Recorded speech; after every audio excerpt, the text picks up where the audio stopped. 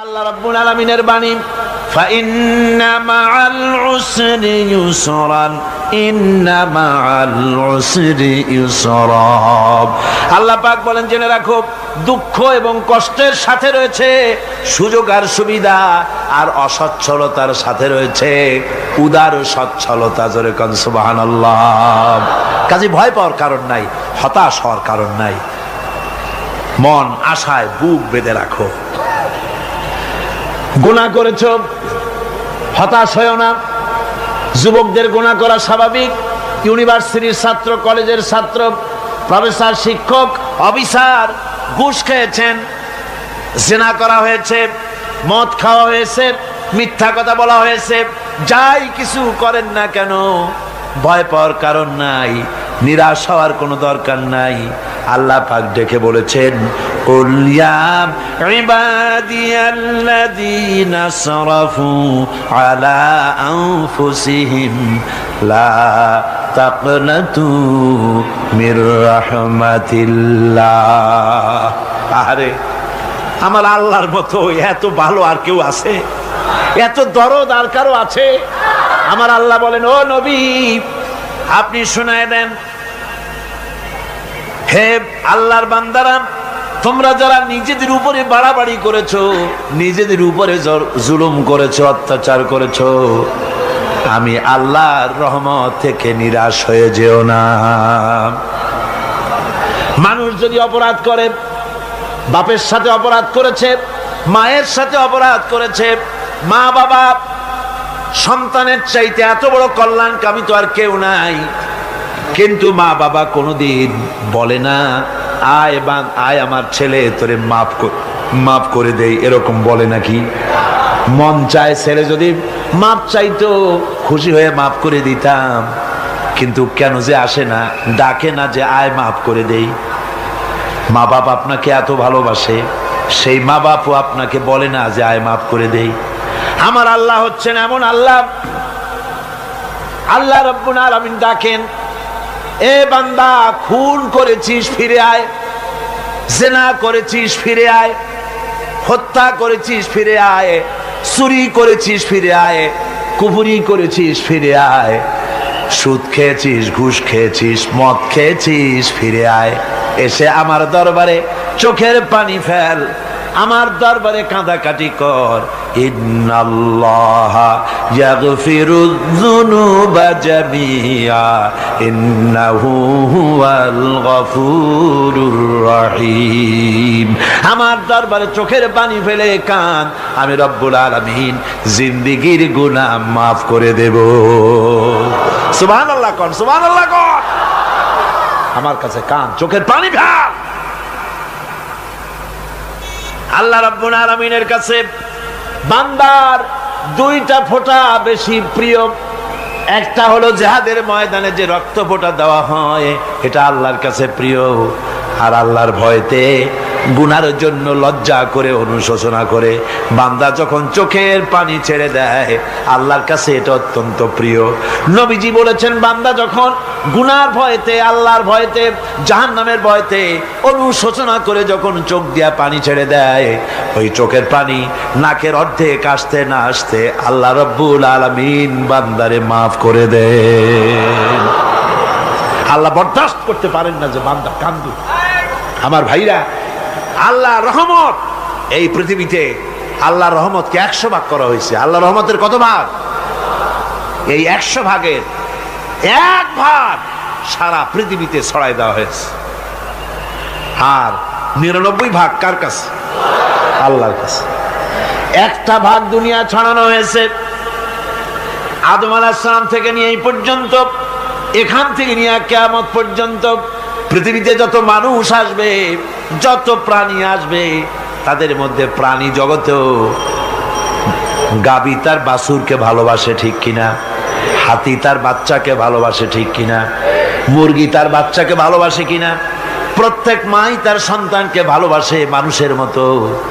এই ভালোবাসা, স্নেহ, এই মমতা, এই করুণা, এই মহব্বত একটা ভাগ দুনিয়ায় দেওয়ার পর আপনি আর আমি যতটুকুন ভাগে পেয়েছি সেই মহব্বতে, স্ত্রীর মহব্বতে অস্থির, মায়ের মহব্বতে অস্থির, সন্তানের মহব্বতে অস্থির।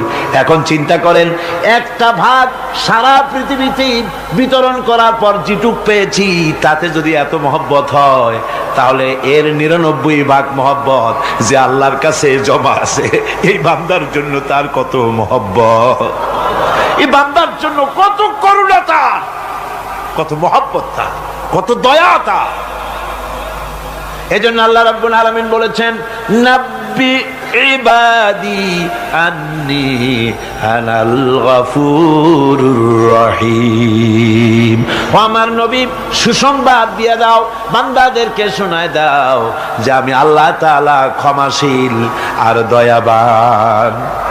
হুজুর কাঁদতেছিলেন, হযরত ওমর রাদিয়াল্লাহু তাআলা আনহু এসে দেখেন হুজুর একা কাঁদতেছে। হুজুর জিজ্ঞেস করছেন, হযরত ওমর জিজ্ঞেস করলেন, হুজুর আপনি কাঁদেন কেন একা একা? হযরত ওমর বলেন, আমি যখন প্রশ্ন করলাম নবীজি বললেন, আমার কাছে কিছু আগে জিবরাইল এসেছিলেন, জিবরাইল এসে আমাকে বললেন আল্লাহ পাক বলেছেন, হে আমার নবী, ইসলামের ভিতরে থেকে যে সমস্ত মানুষগুলো ইসলামের ভিতরে থেকে চুল আর দাড়ি পাকায় দিছে, কিয়ামতের দিন এই লোকগুলারে আমি শাস্তি দিতে আমার শরম হবে। হযরত ওমর বলেন, হুজুর উম্মতের জন্য কত বড় খোশ খবর এটা, আর আপনি কাঁদতেছেন। হুজুর বলেন, ওমর তুমি জানো না আমার কান্নার কারণ ভিন্ন।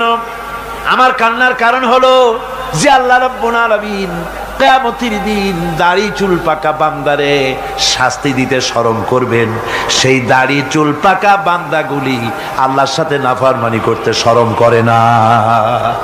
আমি এই লজ্জায় কাঁদতেছি। ভাইরা, হুজুর আল্লাহ পাক বলেন, ও আমার নবী, রাতের আধারে যখন একটা বুড়া আমার দরবারে হাত উঁচু করে, একটা বুড়া মানুষ রাতের আধারে যখন আমার দরবারে হাত উঁচু করে আর যখন বলতে থাকে, রব্বুল আলামিন আমার পেছনের জীবনটা বড় খারাপ করেছি, এমন কোন কাজ জীবনে করি নাই যা তোমার কাছে কিছু দাবি করতে পারি, সব রকমের নাফরমানি করেছি, আজ আমি বুড়া হয়ে গেছি, কামাই করতে পারি না, ছেলে আমাকে চোখে দেখতে পারে না, পুত্রবধূ আমাকে ঘরে জায়গা দেয় না, আমার স্ত্রী আমাকে দেখতে পারে না, রোজগার করতে পারি না, হাঁটতে পারি না, চলতে পারি না, সবার কাছে আমি তিতা হয়ে গেছি, আমি দাঁড়াতে পারি না, কোমরে ব্যথা পাই, হাঁটুতে ব্যথা পাই, চলতে পারি না, কানে শুনতে পাই না, চোখে দেখতে পারি না, আর তোমার কাছে কিছু চাইয়া নেব এমন ভালো কাজও করি নাই। এইভাবে যখন বান্দা কাঁদতে থাকে আমার দরবারে, ও আমার হাবিব আমার রহমতের দরিয়ায় জোশ মেরে যায়, আমার শরম হয় এই বুড়াটারে কেমনে খালি হাতে ফিরাইয়া দেই। সুবহানাল্লাহ, সুবহানাল্লাহ। আমার আল্লাহর এত দয়া, আমার আল্লাহর এত মায়া, এত মহব্বত। আমার আল্লাহ রাব্বুল আলামিন বলেন, وَإِذَا سَأَلَكَ عِبَادِي عَنِّي فَإِنِّي قَرِيبٌ। ও আমার হাবিব, আমার বান্দা আমার ব্যাপারে প্রশ্ন করে, আমি বান্দার একদম নিকটে। কোরআন শরীফের ভিতরে যত জায়গায় রাসূলকে বলা হয়েছে সুয়ালের কথা, আপনাকে প্রশ্ন করা হয়, আল্লাহ তার জবাব কুল এই কথা বলে জবাব দিয়েছেন। যত জায়গায় সুয়াল এসেছে, যেমন কোরআনে কারীমের মধ্যে আল্লাহ পাক বলেন, ওয়ায়াসআলুনাকা আনিল মাহিদ, মেয়েদের হায়েজ সম্পর্কে জিজ্ঞাসা করা হয়, কুল হিয়া আযা, হে নবী আপনি বলুন। এভাবে করে কুল দিয়ে জবাব দেওয়া হচ্ছে।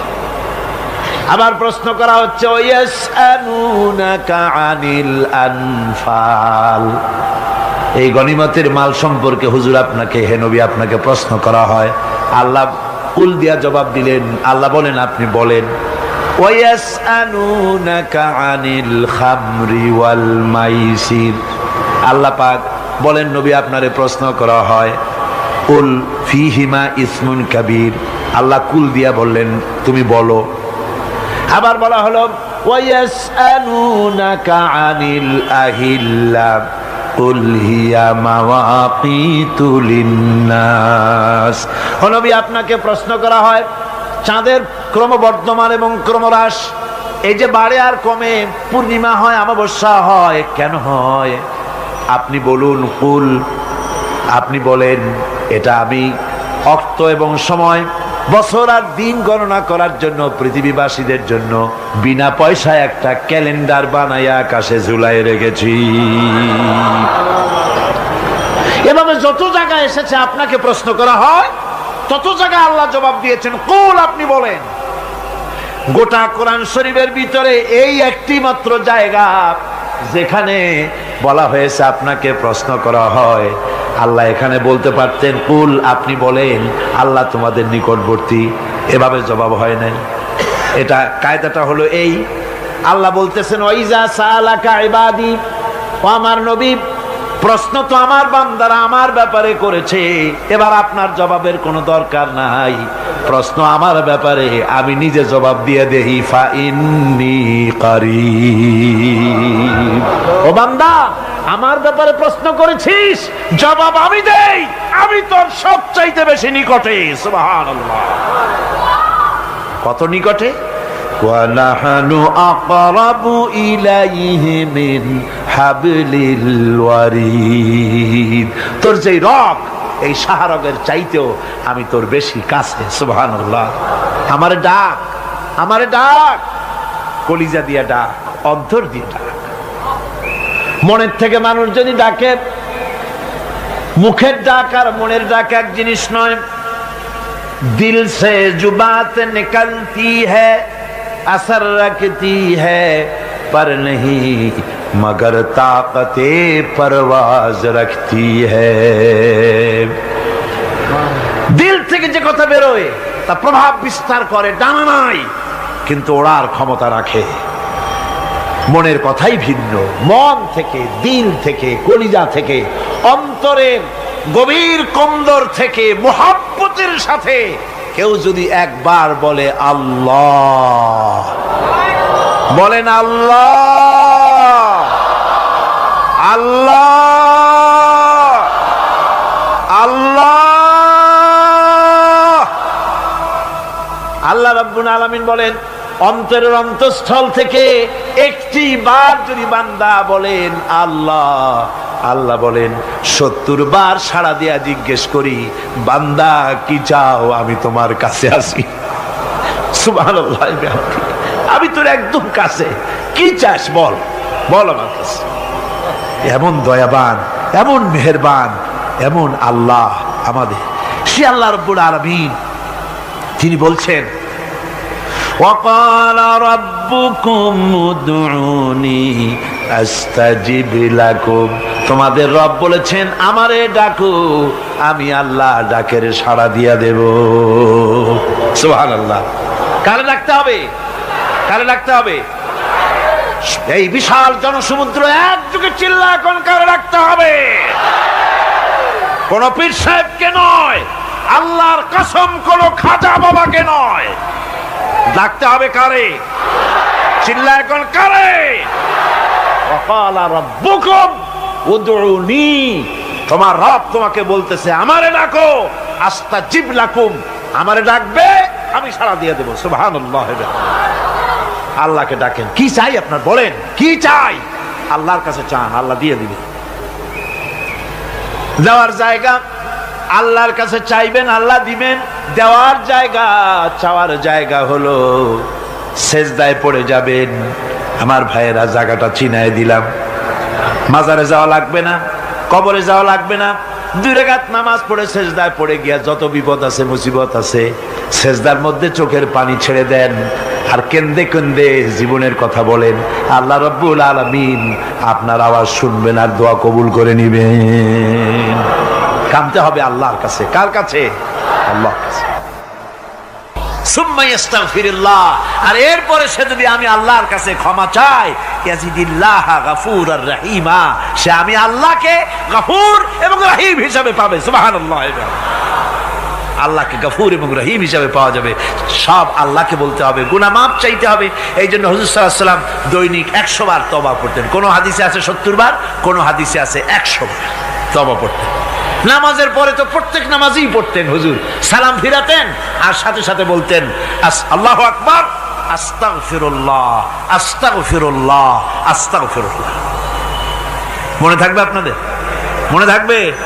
সালাম ফিরাইয়া কি বলবেন? না, সালাম ফিরাবার সাথে সাথে বলবেন আল্লাহু আকবার, তারপরে পড়বেন আস্তাগফিরুল্লাহ, আস্তাগফিরুল্লাহ, আস্তাগফিরুল্লাহ। তওবা পড়বেন, আল্লাহর কাছে সবসময় গুনাহ মাফ চাইতে থাকবেন, বিনীত থাকবেন। আল্লাহকে পাওয়া যাবে, তাকে রহিম হিসেবে পাওয়া যাবে। সুতরাং ঈমান বিল্লাহ, আল্লাহর প্রতি ঈমান আনলে পরে চতুর্থ নম্বরের যে উপকারটা হবে সেটা হলো হতাশায় ভুগবে না, নিরাশায় ভুগবে না, আশায় বুক বেঁধে উঠবে, ঈমান মজবুত হবে, আল্লাহর কাছে মানুষ বিনয়ী হয়ে যাবে। এবার পঞ্চম নম্বরের উপকার আমি বলছিলাম, ঈমান বিল্লাহ, আল্লাহর প্রতি ঈমান আনলে পরে অসংখ্য উপকার হয়, অসংখ্য বৈশিষ্ট্য আছে। এর 6টা উপকারের কথা আমি বলবো। কয়টা? অসংখ্য উপকারের ভিতরে প্রধান 6টি উপকারের কথা বলবো। এর বললাম কয়টা? 4টে বলেছি। এবার বলো পঞ্চম উপকারের কথা। আল্লাহর প্রতি আপনি পূর্ব পশ্চিমে কতবার মুখ ঘোরালেন, এটাই কিন্তু আপনার আসল সৎ কাজ নয়। আসল সৎ কাজ হলো আল্লাহর প্রতি ঈমান আনা। এই ঈমানের ব্যাপারে 3টা দিন আমরা পার করে দিলাম, এখনো কথা শেষ হয় নাই। আল্লাহর প্রতি ঈমান আনলে পরে যে উপকারটা হবে পঞ্চম নম্বরে, সেটা হলো কঠোর এবং কঠিন বিপদের ভিতরে বান্দার ভিতরে অবিচলতা এবং ধৈর্যের সৃষ্টি হয়ে যাবে। আলহামদুলিল্লাহ। কঠিন বিপদ মুসিবত আসলে পরে সে অবিচল থাকবে। সারা দুনিয়ার বিপদ আপদ, শত্রুতা, দুঃখ, কষ্ট, মুসিবত, জুলুম, নির্যাতন সবকিছু পাহাড়ের মতো উঁচু হয়ে তাকে ঘিরে ফেলবে, কিন্তু তাকে এক চুলও নাড়াতে পারবে না। আলহামদুলিল্লাহ। সারা পৃথিবী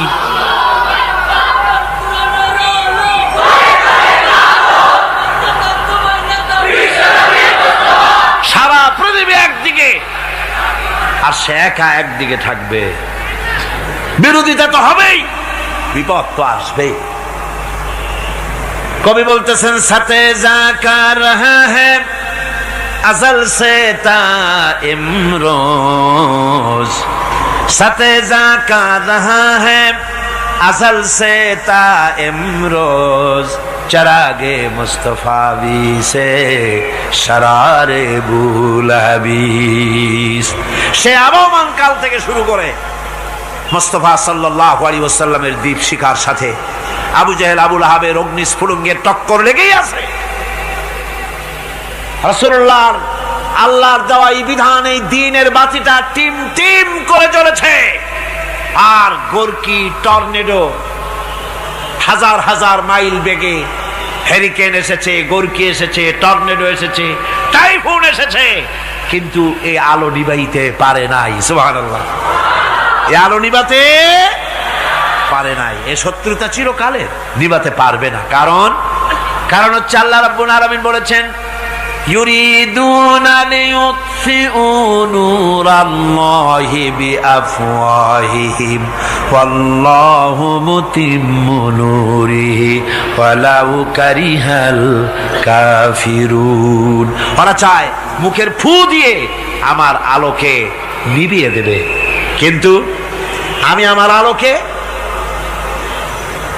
পূর্ণতা দান করব। তাতে কাফের বেঈমানদের কলজায় যত জ্বালা যন্ত্রণা হোক, আমার দ্বীন কেউ মিটাই দিতে পারবে না। সুবহানাল্লাহ। সুতরাং বিপদে অবিচলতা আসবে, সে অটল হবে, মজবুত হবে।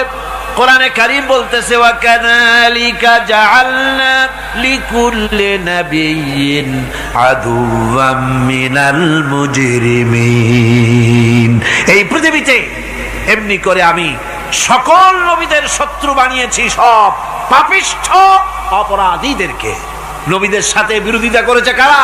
পাপিষ্ঠরা, অপরাধীরা। আজও খুঁজে দেখেন আজও ইসলামী আন্দোলনের বিরোধিতা যারা করে সবগুলি কি পাপিষ্ঠ। সত্য কিনা কর? ইসলামী আন্দোলনের বিরোধিতা যারা করে হিসাব করে, চোখ দিয়ে তাকায় দেখেন, খুঁজে দেখেন তাদের নামগুলি। মদখোর, জিনাকার, বদমাশ, চোর, হাইজাকার, বেনামাজি, লুটেরা, মিথ্যাবাদী, সবচাইতে সমাজের নিকৃষ্ট লোকগুলি ইসলামের বিরুদ্ধে করে।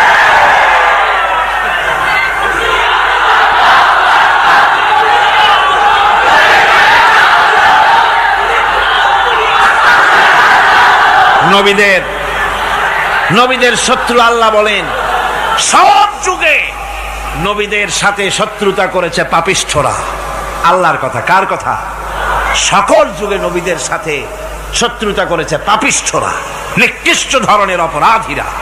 সুতরাং নবী রাসূলদের অবস্থা যখন এই, তখন দ্বীনের দাওয়াত যারাই দেবে তাদের কিসমত এরকম হবেই।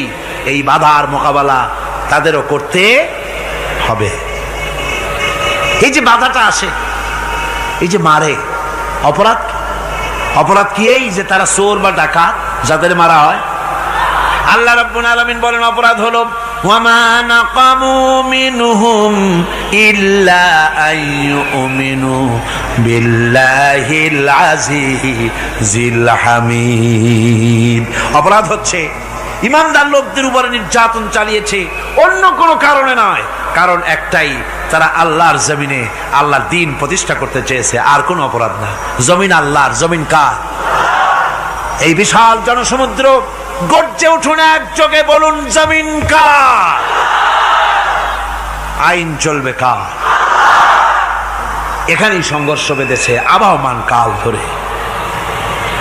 মানুষ অত্যাচারিত হয়েছে, সাহাবায়ে কেরাম অত্যাচারিত হয়েছেন। বুখারী শরীফের হাদিসে এসেছে রাসূল করিম সাল্লাল্লাহু আলাইহি ওয়াসাল্লামের কাছে হযরতে খাব্বাব গিয়ে উপস্থিত হয়েছিলেন।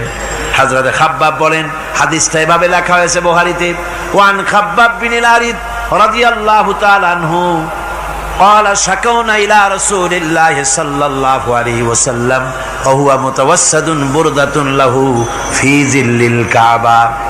রাসূলুল্লাহর কাছে গেলাম, কাবা শরীফের কাছে গিয়া দেখি নবীজি একটা চাদর গায়ে দিয়ে তিনি আরাম ফরমাচ্ছিলেন কাবা শরীফের ছায়ায়।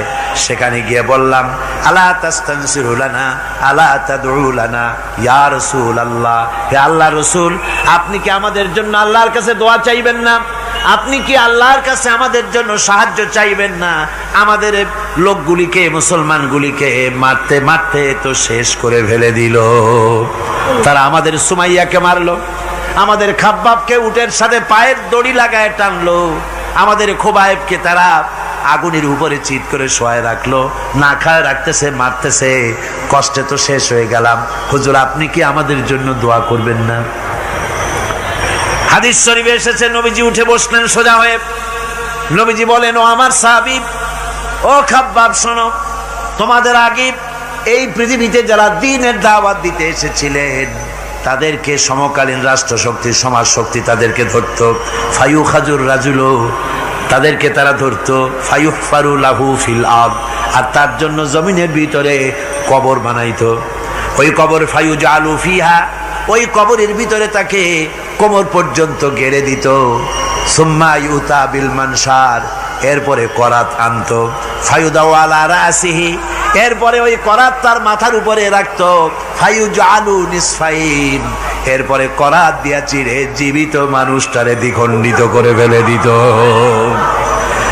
মা ইয়াসুদ্দুহু যালিকা আন দীনিহি, ও আমার খাব্বাব, এত কষ্ট দেওয়ার পরেও সেই যুগের কোন মুসলমানকে, দ্বীনের দায়ীদেরকে আল্লাহর দ্বীন থেকে এক চুলো তারা সরাই দিতে পারে নাই, এক চুলো সরাতে পারে নাই।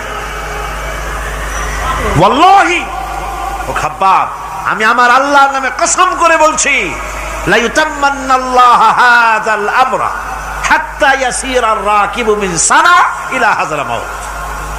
আমি কসম করে বলি, আল্লাহ রাব্বুল আলামিনের এই সানা থেকে হাজারামাউত পর্যন্ত লোকেরা যাতায়াত করবে, সুন্দরী রমণীরা গমন করবে, সদাগরেরা যাতায়াত করবে, টাকা নিয়া পয়সা নিয়া যাতায়াত করবে। তাদের মনের মধ্যে লুটের ভয়, টাকার ভয়, চুরির ভয়, ডাকাতির ভয়, জেনার ভয়, হত্যার ভয়, ধর্ষণের ভয়, কোনো ভয় থাকবে না। লা ইয়াখাফু ইল্লাল্লাহ, আল্লাহ ছাড়া কোনো ভয় থাকবে না।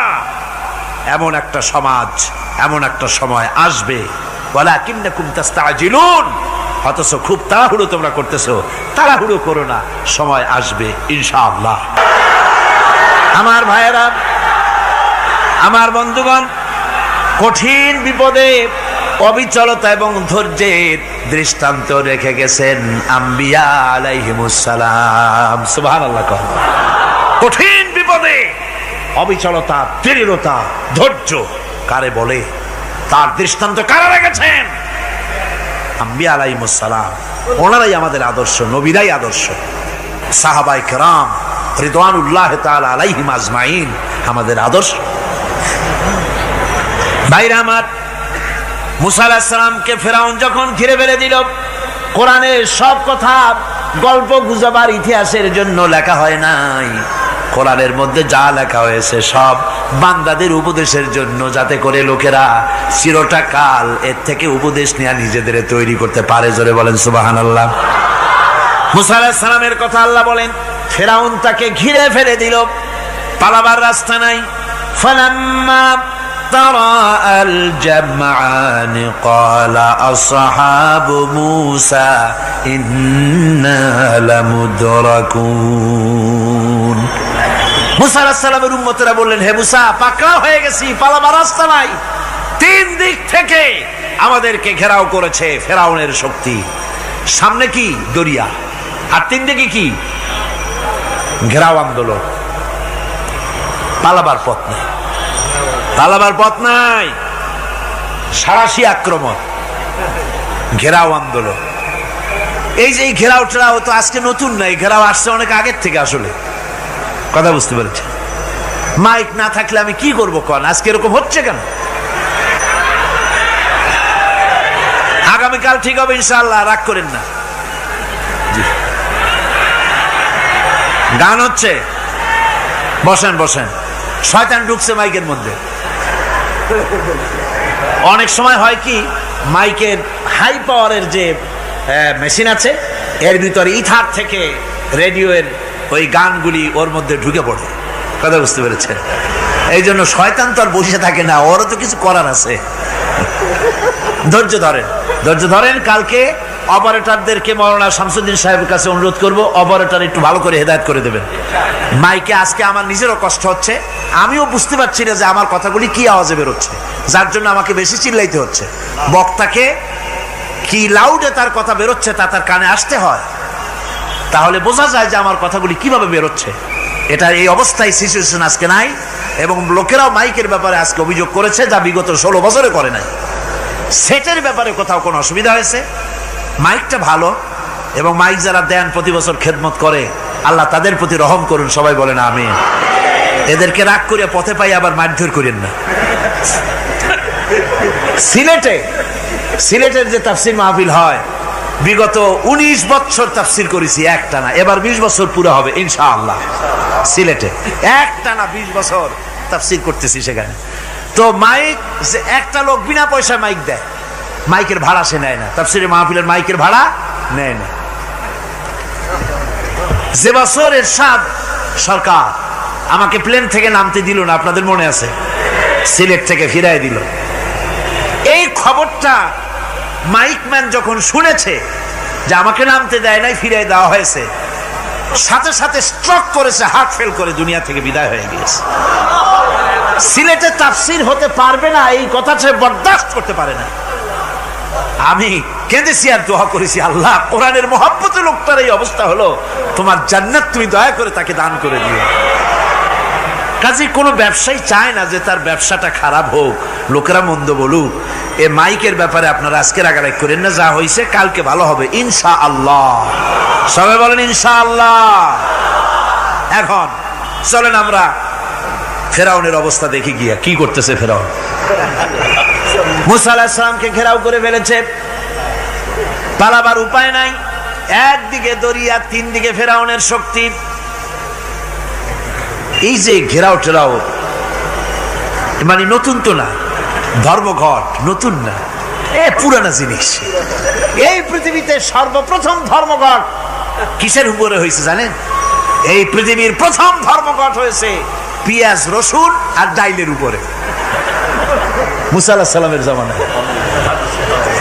লান নাসবিরা আলা তাআমিন ওয়াহিদ, আমরা এক রকমের খাদ্য আর খাবো না, আমাদের পেঁয়াজ দেওয়া লাগবে, ডাল দেওয়া লাগবে, রসুন দেওয়া লাগবে। সর্বপ্রথম ধর্মঘট হয় মুসা আলাইহিস সালামের জামানায়, সেখান থেকে শুরু হয়েছে। কিন্তু মশাল মিছিল যে আসলো কই থেকে, এইটা আমি খুঁজে পাইনি। পরে প্রত্যেকটা জিনিসের তো ইতিহাস আছে, আমি খুঁজতে খুঁজতে পেলাম। আমি জানি না এর ইতিহাস মূলে কোথায়, কিন্তু আমি যদ্দূর খুঁজে পাইছি সেটা হলো মশাল মিছিলের আবিষ্কার হয়েছে লঙ্কায় রাবণের সময়। হনুমানের লেজে আগুন দিয়া তারপরে লঙ্কা কাণ্ড ঘষালো, নামই আছে লঙ্কা কাণ্ড। হনুমানেরা লেজে আগুন দিয়ে রাবণ যে লঙ্কায় মশাল মিছিল করেছিল হনুমানদের দিয়া, ওই হনুমানের ওই সিস্টেমটা এখনো আমাদের দেশে চালু আছে।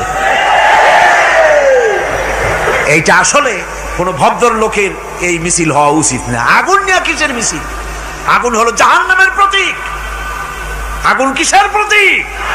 জাহান্নামের প্রতীক। যদিও আমাদের উপকারে লাগে, কাজে লাগে। সুতরাং আমরা যা করব প্রত্যেকটা জিনিসের পেছনে সুন্নতে নববীর কোনো না কিছু থাকতে হবে। কথা বুঝতে পেরেছেন? তিন দিক থেকে ঘেরাও হয়ে গেছে, পালাবার কোনো রাস্তা। হযরতে মুসা আলাইহিস সালামের কাছে উম্মতেরা বললেন, পালাবার তো কোনো পথ নাই, এখন উপায়টা কি? আমাদের তো আর উপায় নাই। মুসা আলাইহিস সালাম দেখেন বিপদে পড়ে গেছেন, কিন্তু ধৈর্য হারান নাই, ভয় পান নাই। ভয় পাইছিলেন? ভয় পেয়েছেন? প্রশ্নই ওঠে না। মুসা আলাইহিস সালাম আল্লাহ পাক যাদেরকে বলেছেন উলুল আযম রাসূল, যাদের বলেছেন তার মধ্যে হযরত মুসা একজন উলুল আযম পয়গম্বর। চারটিখানি কথা না, আল্লাহ কথা বলছেন তার সাথে, কালিমুল্লাহ তিনি। সুবহানাল্লাহ। কর মুসা আলাইহিস সালাম শোনালেন, কাল্লা ইন্না মাইয়া রাব্বি সায়াহদিন। কখনো নয়, আমার উম্মতেরা ভয় পেও না, আমার রব অবশ্যই আমাকে পথ দেখাবেন। সুবহানাল্লাহ। তিন দিক থেকে শত্রু, একদিকে দরিয়া, পালাবার কোন রাস্তা নাই। সেখানে দৃঢ়তার সাথে তিনি বলছেন, অবশ্যই আমার আল্লাহ আমারে পথ দেখাবে। সুবহানাল্লাহ। নবীরা এই দৃঢ়তা দেখিয়েছেন, অবিচলতা দেখাইছেন। আল্লাহ পাক মুসা আলাইহিস সালাম যখন এই দৃঢ়তা দেখালেন, এই অবিচলতা দেখালেন, সঙ্গে সঙ্গে জিবরাইল এসে হাজির হয়ে গেলেন। আল্লাহ পাক বলেন, ফাআওহাইনা ইলা মূসা আন আদরিব বিআসাকাল বাহরা ফানফালাকা ফাকানা কুল্লু ফিরকিন কাত্তাউদিল আযীম। মূসা আলাইহিস সালামকে আমি ওহী নাযিল করলাম, তাকে বললাম হাতে যে লাঠি আছে এই লাঠি দিয়ে আঘাত করো দরিয়ার উপরে। দরিয়ার উপরে আঘাত করলেন, একটা রাস্তা হয় নাই, 12টা রাস্তা তৈরি হয়ে গেল। আর দেওয়ালগুলা পাহাড়ের মতো উঁচা হয়ে গেল। দরিয়ার ভিতরে পাহাড়ের মতো উঁচা মজবুত 12টা রাস্তা। এবার মুসা আলাইহিস সালাম তার দলবল নিয়ে চললেন। আল্লাহ রাব্বুল আলামিন বলেন, ওয়া আনজাইনা মূসা ওয়া মান মাআহু আজমাইন। মুসা এবং তার সাথী সঙ্গীদেরকে আমি পার করে দিলাম। মুসা আলাইহিস সালাম এবং তার সাথী সঙ্গী নিয়ে যখন দরিয়ার মাঝখানে আসছে, ফেরাউন তার দলবল নিয়ে এসে গেছে। আসে দেখে নদীর মধ্যে রাস্তা। বাবা, খুব তো কায়দা। ও মনে করছে ওর বাজানের তৈরি করা ডিস্ট্রিক্ট বোর্ডের রাস্তা। ওর লোকজন নিয়ে নেমে গেছে দরিয়ার ভিতরে, ও আসছে মাঝখানে, মুসা আলাইহিস সালাম চলে গেছেন ওপার, দরিয়া পার। মাঝখানে যখন এসে গেল, আল্লাহ রাব্বুল আলামিন পানিকে অর্ডার করলেন কুন। আল্লাহর তো বটন টেপা লাগে না, মুখ দিয়া কোনো হুকুম করা লাগে না, শুধু বলেন কুন। যে ব্যাপারে কুন বলেন ফায়াকুন, সাথে সাথে হয়ে যায়। আল্লাহ বললেন কুন, আর অমনি রাস্তা বন্ধ হয়ে গেল। এবার তুফান শুরু হয়েছে নদীতে, ঢেউয়ের উপরে ঢেউ, মৌজুন কাল জিবাল, পাহাড়ের মতো উঁচু হয়ে হয়ে ঢেউ আসতেছে। দলবল ঘোড়া আর অস্ত্রপাতি যা ছিল সব মরিয়া শেষ। এবার ফেরাউন একা উপরে ওঠে আর নিচে নামে, পানি খেতে খেতে পেটের কাম সারা, জনমের খাওয়া খাইছে পানি। এখন জান যায়, বাঁচবার আর উপায় না, বাঁচবার আর উপায় নাই। ফেরাউন তার নিজের জীবন সম্পর্কে হতাশ হয়ে গেল। এবার ফেরাউন বলতেছে, আমানতু আন্নাহু লা ইলাহা ইল্লাল্লাযী আমানাত বিহি বানু ইসরাঈল। আমি ঈমান আনলাম, আমি ঈমান আনলাম আল্লাহ ছাড়া কোনো ইলাহা নাই। ওই আল্লাহর উপর ঈমান আনলাম যে আল্লাহর উপর ঈমান এনেছে বনি ইসরাঈলেরা। আল্লাহ যাতে ঠিক পায় যে কোন আল্লাহর উপর ঈমান আনছে। বনি ইসরাঈলের আল্লাহর উপর ঈমান আনলাম। আল্লাহ এই তো মুসলমান হয়ে গেছি, এরপরও আমার সুবাও কেন? আল্লাহ রাব্বুল আলামিন জবাবে বলেন, আল আন, এখন ওয়াকাদ আসাইতা ক্বাবলু ওয়া কুনতা মিনাল মুফসিদিন। এখন ঈমান আনার কথা বলছো, অথচ যুগের পর যুগ, বছরের পর বছর ধরে আমার মানুষের উপরে মন গড়া আইন চালায়েছ, আমার পয়গম্বরের সাথে বেয়াদবি করেছ। আজ তোমাকে আমি ছাড়ছি না, তোমাকে আজকে ছেড়ে দেব না, আমি তোমাকে মারব। আর সমস্ত প্রাণীগুলিকে, স্থলচর প্রাণীগুলিকে আল্লাহ পাক অর্ডার দিয়া দিলেন, এই ফেরাউনের লাশকে ডুবাবি না, পচাবি না, খাবি না। আলিয়াউমা নুনাজ্জিকা বিবাদানিক, আমি তোমার শরীরে বাঁচায় দেব। পোকে খাবে না, পানিতে পচবে না, মাছে খাবে না, কুমিরে খাবে না, দুনিয়ার কোনো পশুতে খাবে না। আমি তোরে শুটকি বানাইয়া রাখবো, যাতে করে দুনিয়ার সমস্ত ফেরাউন যত যুগে যুগে আসে তোরে দেখে যেন হেদায়েত নিতে পারে। ফেরাউনকে আল্লাহ শুটকি বানায় রাখছে। আমি ফেরাউনদের লাশ দেখেছি ব্রিটিশ মিউজিয়ামে। ফেরাউন তো একটা না, অনেকগুলা। আসলদারে অবশ্য দেখিনি। ব্রিটিশ মিউজিয়ামে ওই ফেরাউনগুলার লাশ যখন অসুবিধা হয়, মমিগুলি, তখন ইংল্যান্ডে নিয়ে যায় চিকিৎসা করাবার জন্য। চোখ টোক আছে গর্তের ভিতরে, তারপরে চামড়া টামড়া হাড়ের সাথে মিশানো, ওইভাবে চেহারা দেখলে মনে হয় যে সত্যি ফেরাউনিগুলা। আর ব্রিটিশের কাম মিশর থেকে না আনছে এমন কোন জিনিস নাই। আমি সেখানে এক বক্তৃতায় বলছিলাম, আপনারা এদের এখন সভ্য, এদের এখন ভদ্র, এরা হলো ইন্টারন্যাশনাল চোর। ওরা সারা দুনিয়া চুরি করেছে। লন্ডনে বক্তৃতা করেছি, সারাটা দুনিয়া চুরি করছে, আমাদের দেশকে শোষণ করেছে। এই বিশাল ভূভাগকে শোষণ করে ইংল্যান্ডের দ্বীপটাকে তারা সাজাইছে। তারা ময়ূর সিংহাসনের, শাহজাহানের ময়ূর সিংহাসনের ময়ূরের বাম চোখে কোহিনূর মণি লাগাইছিলেন। শাহজাহান ময়ূরের ডান চোখে কোহিনূর মণি লাগায় নাই। কোহিনূর মণির অনেক দাম, আমি দেখে এসেছি মণি। এখন সেটা কুইন এলিজাবেথের মুকুটে শোভা পাচ্ছে। সেই মণি এমনি বলে প্রবাদে, 7 রাজার ধন এক মাণিক্য, বলেন এরকম, অনেক দাম। শাহজাহান দেখালেন, আমি মুসলমান, আমার কাছে এটার দাম নাই, এই জন্য ময়ূরের ডান চোখে লাগালাম না, বাম চোখে লাগাই দিলাম। এইটারে চুরি করছে। তারপরে মিশর থেকে, মিশরের মমি চুরি করেছে, জুতা চুরি করছে, ছাতি চুরি করছে, পিসা চুরি করেছে। আমি বললাম, এগুলা কি ভদ্রলোক নাকি? এরা জুতা চোর, পিসা চোর, লাঠি চোর, সব চুরি করেছে। যাই দেখেন ব্রিটিশ মিউজিয়ামের মধ্যে সব দুনিয়ার চুরি করা জিনিস নিয়ে তারা মানুষকে দেখাইয়া পয়সা অর্জন করছে। টিপু সুলতানের তরবারিটা পর্যন্ত চুরি করেছে। আজ পর্যন্ত ব্রিটিশ মিউজিয়ামে টিপু সুলতানের তরবারিটা আছে, আমি তরবারিটা দেখে এসেছি। আমার বন্ধুগণ, বলতেছিলাম যে পৃথিবীতে আল্লাহ রাব্বুল আলামিন নবীরা তাদের চরিত্র দিয়ে বিপদের মোকাবেলা করে দুনিয়ার সামনে কঠিন বিপদের মোকাবেলা করে অবিচলতা, দৃঢ়তা দেখায় গেছেন যে কেমন করে এই পৃথিবীতে বিপদের সামনে মোকাবেলা করতে হয়।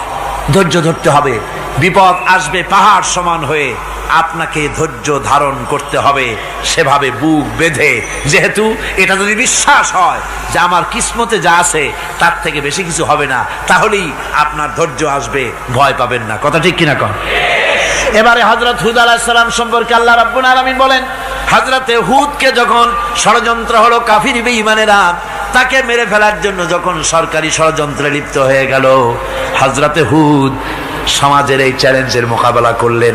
হযরত হুদ বলেন, ফাকিদুনি জামিআন সুম্মা লা তুনজিরুন ইন্নী তাওয়াক্কালতু আলাল্লাহি রাব্বি ওয়া রাব্বিকুম। তোমরা তোমাদের ষড়যন্ত্র আমার বিরুদ্ধে যত পারো আমার বিরুদ্ধে ষড়যন্ত্র চালাও, এতটুকুন আমার অবকাশ দিও না। আমি এমন আল্লাহর উপরে ভরসা করেছি যার হাতের ভিতরে তোমাদেরও জান আর আমারও জান। যা পারো তাই করো। সরকার সমস্ত শক্তি একত্রিত হয়ে আমার মোকাবেলা করো। একদিকে হুদ আলাইহিস সালাম, আর একদিকে গোটা জাতি। হযরত হুদ ভয় পায় নাই। সুবহানাল্লাহ কোন? ঈমান বিল্লাহ মানুষের কলিজাকে এভাবে শক্ত করে দেয়। কোন আলহামদুলিল্লাহ। এবারে এই বিপদের, কঠিন বিপদের মোকাবেলা করে আমার রাসূল যে প্রমাণ দিয়া গেলেন, আমার রাসূল যে কঠিন বিপদের মোকাবেলা করলেন, ভাইয়ের আমার, হিজরতের রাতে সওর পাহাড়ের ভিতরে যখন তিনি আশ্রয় নিলেন, হযরতে আবু বকর সাথে ছিলেন। হযরতে আবু বকর রাদিয়াল্লাহু তাআলা আনহু বলেন, হুজুর আপনি দাঁড়ান, এটা তো পাহাড়িয়া গুহা, গুহার ভিতরে সাপ থাকতে পারে, বিচ্ছু থাকতে পারে, আমি আগে ঢুকি, বিপদ যদি হয় আমার উপর থেকে হয়ে যাক। গুহার ভিতরে নেমে গুহা সাফ করলেন। এরপরে হুজুরকে ডাকলেন, হুজুর তাশরীফ নিলেন গুহার ভিতরে। এরপরে হুজুর বললেন, আবু বকর, পাহাড়ে হেঁটে হেঁটে 2-3টা পাহাড় পাড়ি দিয়া যাওয়া লাগে সৌর পাহাড়ে। মদিনার সোজা রাস্তা হুজুর ধরেন নাই, মেসফালার পথ দিয়া, জাবালে কেদোয়ার উপর দিয়া 3টা পাহাড় পাড়ি দিয়া তারপরে হুজুর গেলেন সৌর পাহাড়ে। গুহার ভিতরে হুজুর তাশরীফ নিলেন। বললেন, আবু বকর তুমি বসো, তোমার উরুর উপরে মাথা রেখে আমি একটু আরাম করি। হযরতে আবু বকর বসলেন, হুজুর তার উরুর উপরে মাথা রেখে ঘুমায় গেলেন। আর এরপরে কাফির বেঈমানেরা তালাশ করতে করতে কাফেরেরা এসে গেল পায়ের চিহ্ন দেখে দেখে গর্তের কাছে। হযরত আবু বকর ভয়তে কেঁদে ফেললেন, আহারে আর তো উপায় নাই, এবার তো ধরা পড়ে গেছি, এবার নবীজিকে মেরে ফেলে দেবে। নবীর মহব্বতে, নিজের মহব্বতে নয়, নবীর মহব্বতে কাঁদতেছিলেন। হুজুর বলেন, হুজুরের ঘুম ভেঙে গেল। বলো আবু বকর কাঁদো কেন? ছেলের কথা, মেয়ের কথা, বিবির কথা, বাড়ির কথা মনে পড়লো নাকি? হযরত আবু বকর বলেন, ইয়া রাসূলুল্লাহ, আল্লাহর কসম করে বলি, যেদিন ঈমান এনেছি এই কলিজার ভিতরে মা বাপ, স্ত্রী, পুত্র, পরিজন, এমনকি আমার নিজের জীবনের চাইতে আপনারে বেশি ভালোবাসি। তা কাঁদো কেন? কাঁদো কেন? হযরত আবু বকর বলেন, হুজুর ধরা পড়ে গেছি, কাফেররা এসে গেছে গর্তের কাছে, তাকালি আমাদের দেখতে পাবে, আমরা তো মাইনরিটি, ওরা তো মেজরিটি, আমরা তো ধরি মারি ফেলাই দেবে, আপনাকে মেরে ফেলে দেবে, এই জন্য কাঁদি। আল্লাহ রাব্বুল আলামিন, হুজুর তখন কি দৃঢ়তা, কি অবিচলতা, কি ধৈর্যের পাহাড় সম মনোবৃত্তি তখন দেখালেন।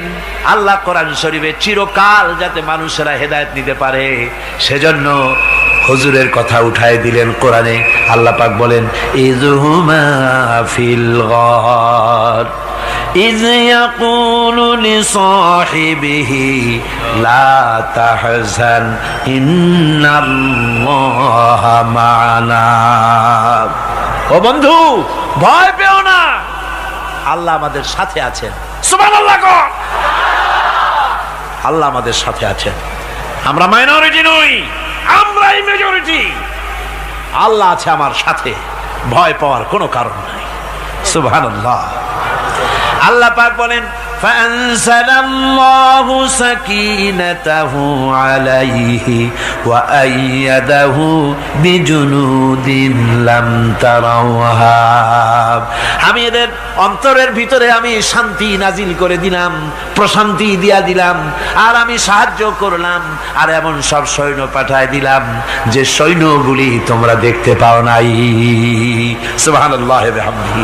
ভাইরা আমার, রাসূল করিম সাল্লাল্লাহু আলাইহি সাল্লাম এই বিপদের মাঝে, চরম বিপদের মাঝে অবিচলতা, দৃঢ়তা, কঠিন আত্মনির্ভরতা দেখিয়েছেন। এগুলি হলো ঈমানের পঞ্চম নম্বরের উপকারিতা। আল্লাহর প্রতি ঈমান আনলে এভাবে পাহাড় সম ঈমান মজবুত হয়ে যায়। জেলের পরোয়া করি না, ফাঁসির পরোয়া করি না, শহীদ হওয়ার পরোয়া করি না, মেরে ফেলে দেবে, উড়ায় দেবে, হত্যা করবে, পরোয়া করি না। পরোয়া করি কেবলমাত্র কাকে? জোরে বলেন কারে? এইরকম মুসলমান হাজার হাজার লাখ লাখ দরকার নাই, 313 জন যথেষ্ট। কয়জন যথেষ্ট? 313 জন যথেষ্ট। বদরে যারা জান দিয়ে, মাল দিয়ে দ্বীনকে প্রতিষ্ঠিত করেছিলেন, এরকম 313 জনই যথেষ্ট ছিল।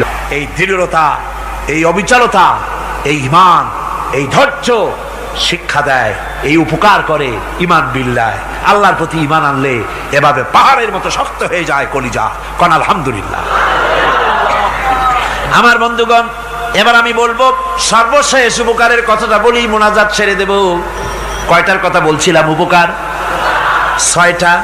6টা উপকারের কথা বলেছি। অনেকগুলি বৈশিষ্ট্য, অনেকগুলি উপকারের মধ্যে আল্লাহর প্রতি ঈমানের 6টা উপকারের কথা 5টা বলা হয়ে গেছে। এবার 6ষ্ঠ নম্বর এবং শেষ নম্বর, এটা হচ্ছে আল্লাহর প্রতি ঈমান আনলে পরে তার দ্বারা সবচাইতে বেশি ফায়দা পায় সমাজ এবং রাষ্ট্র। কোন আলহামদুলিল্লাহ, কোন আলহামদুলিল্লাহ। আল্লাহর প্রতি ঈমানের দ্বারা নৈতিক সংশোধন হয় এবং রাষ্ট্র আর সমাজ সবচাইতে বেশি উপকৃত হয়। কারণ হলো ঈমানদার ব্যক্তি আল্লাহর প্রতি যে ঈমান এনেছে, তার মনের মধ্যে ধারণা এটা হয়, আমার কোনো কাজ তো গোপন থাকে না। ইন্নাল্লাহা লা ইয়াখফা আলাইহি শাইউন ফিল আরদি ওয়ালা ফিস সামা।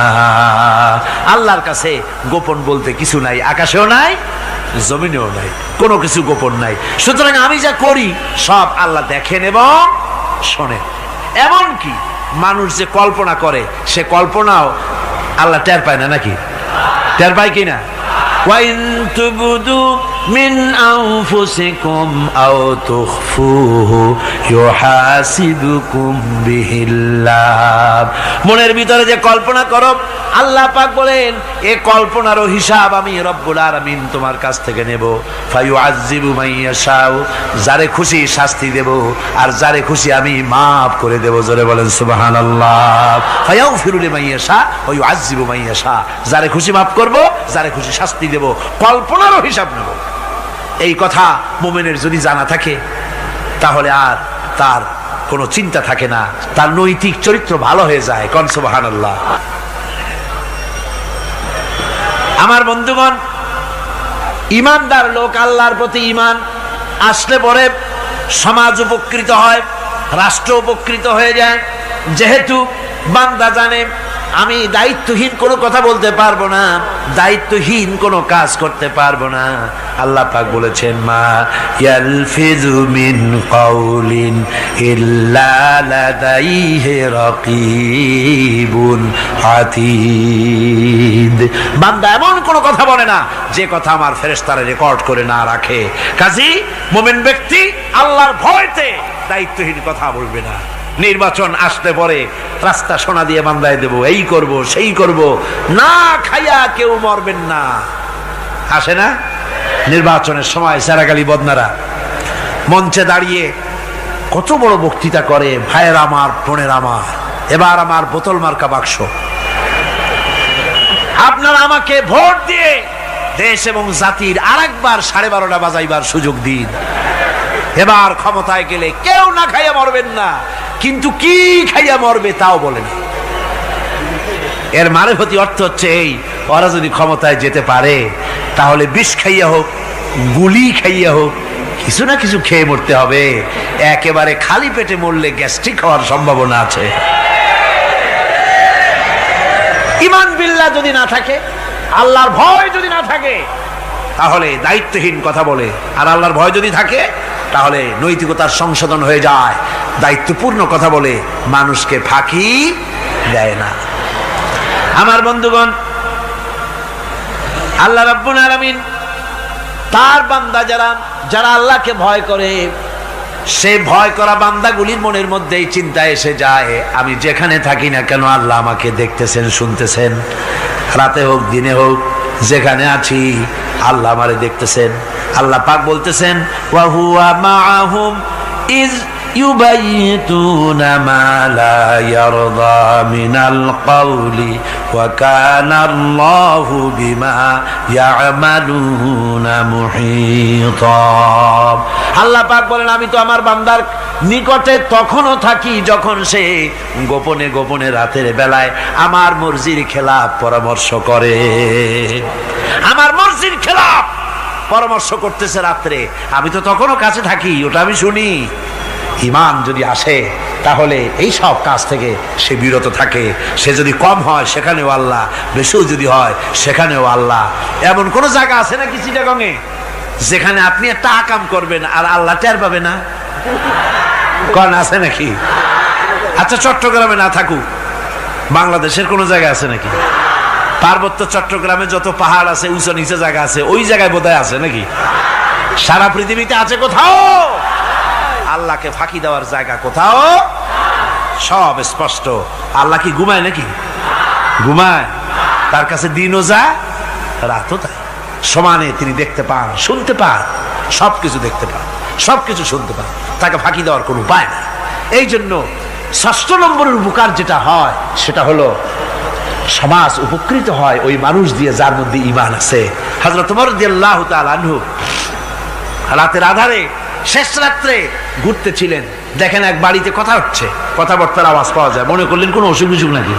ঘরে গিয়ে কান পাচ্ছেন দেওয়ালের সাথে, শুনতে পাচ্ছেন ভিতরে বুড়ি মা তার মেয়েকে বলছে, এই মেয়ে ওঠ, উটের দুধ দোয়াই নিয়ে আসছি, এর মধ্যে পানি মিশা, তারপর সকালে বাজারে নিয়ে যা। মেয়ে বলছে, মা এই কামটা আমি পারবো না।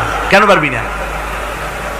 হযরত ওমর ফরমান জারি করেছেন, দুধে পানি মিশাতে নিষেধ করেছে, কাজে এই কাজটা আমি পারবো না। আরে বেটি, আমিরুল মুমিনিন দেখ এখন কোথায় যাই, ঘুমায় আছে, সে কি দেখতেছে নাকি যে পানি মিশাই না কি মিশাই? মেয়ে বলতেছে, মা আমিরুল মুমিনিনকে ফাঁকি দেওয়া যেতে পারে, তার পুলিশ বাহিনীকে ফাঁকি দেওয়া যেতে পারে, কিন্তু আল্লাহ রাব্বুল আলামিনের চোখকে ফাঁকি দেওয়া যাবে না। হযরত ওমর এই কথা শুনে বাড়ি চলে গেলেন, আর নিজের ছেলেকে ডেকে বললেন, ছেলে আমার, অমুক জায়গায় একটা বাড়ি আছে, সেখানে একটা যুবতী মেয়ে আছে, ওই মেয়েটার বিয়ে হয়েছে কিনা শোনো, যদি বিবাহ না হয়ে থাকে তুমি তোমার নিজের বিয়ের প্রস্তাব দাও। আমিরুল মুমিনিন এই মেয়েটা সুন্দরী কেমন, স্বাস্থ্য কেমন, কিছুই দেখলেন না, দেখলেন তাকওয়া। কি দেখলেন? আল্লাহর ভয়। আল্লাহর ভয় যখন একটা জাতির মধ্যে আসে, পুলিশ লাগে না, পুলিশের কাজ কমে যায়।